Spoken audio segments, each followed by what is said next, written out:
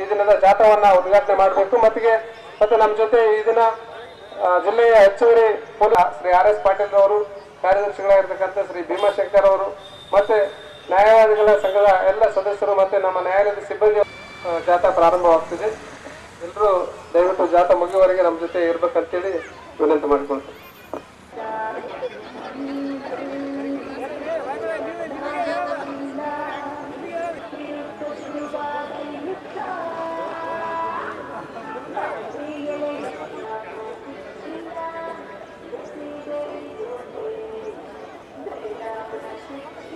ಸಹ ಅಂಗಡಿಯವರು, ಶಾಪ್ನವರು ಮತ್ತೆ ನಿಷೇಧಿತ ಪ್ಲಾಸ್ಟಿಕ್ ವಸ್ತುಗಳನ್ನ ಮತ್ತೆ ಬಳಕೆ ಮಾಡದ ಅವರ ಮೇಲೆ ಕಾನೂನು ಕ್ರಮ ಜರುಗಿಸಲಾಗ್ತದೆ, ಅಂದ್ರೆ ಅವರ ಮೇಲೆ ಪ್ರಕರಣಗಳನ್ನು ದಾಖಲಿಸಲಾಗ್ತದೆ. ಜಾಥಾ ಪ್ರಾರಂಭವಾಗ್ತಿದೆ.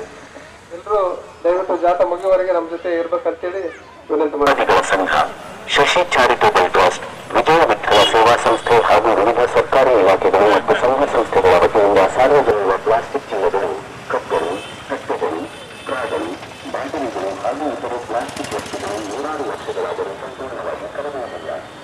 ಇದರ ಪರಿಣಾಮವಾಗಿ ಪರಿಸರವಾಗಿ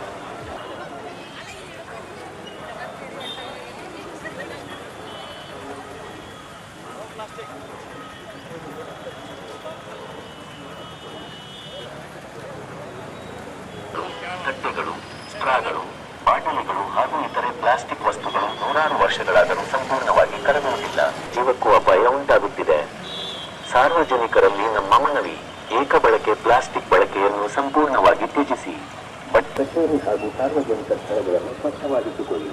ಪ್ಲಾಸ್ಟಿಕ್ ತ್ಯಾಜ್ಯವನ್ನು ಎಲ್ಲೆಂದರಲ್ಲಿ ಎಸೆಯದೆ ಸೂಕ್ತ ರೀತಿಯಲ್ಲಿ ವಿಲೇವಾರಿ ಮಾಡಿ. ವ್ಯಾಪಾರಿಗಳು ಹಾಗೂ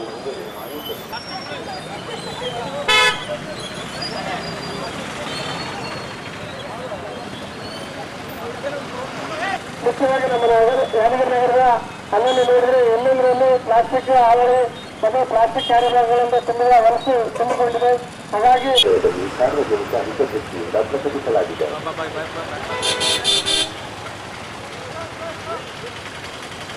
ಇಲ್ಲಿಯ ಜಿಲ್ಲಾ ಕಾನೂನು ಸೇವೆಗಳ ಪ್ರಾಧಿಕಾರ, ಜಿಲ್ಲಾಡಳಿತ, ಜಿಲ್ಲಾ ಪಂಚಾಯತ್, ಜಿಲ್ಲಾ ನಗರಸಭೆ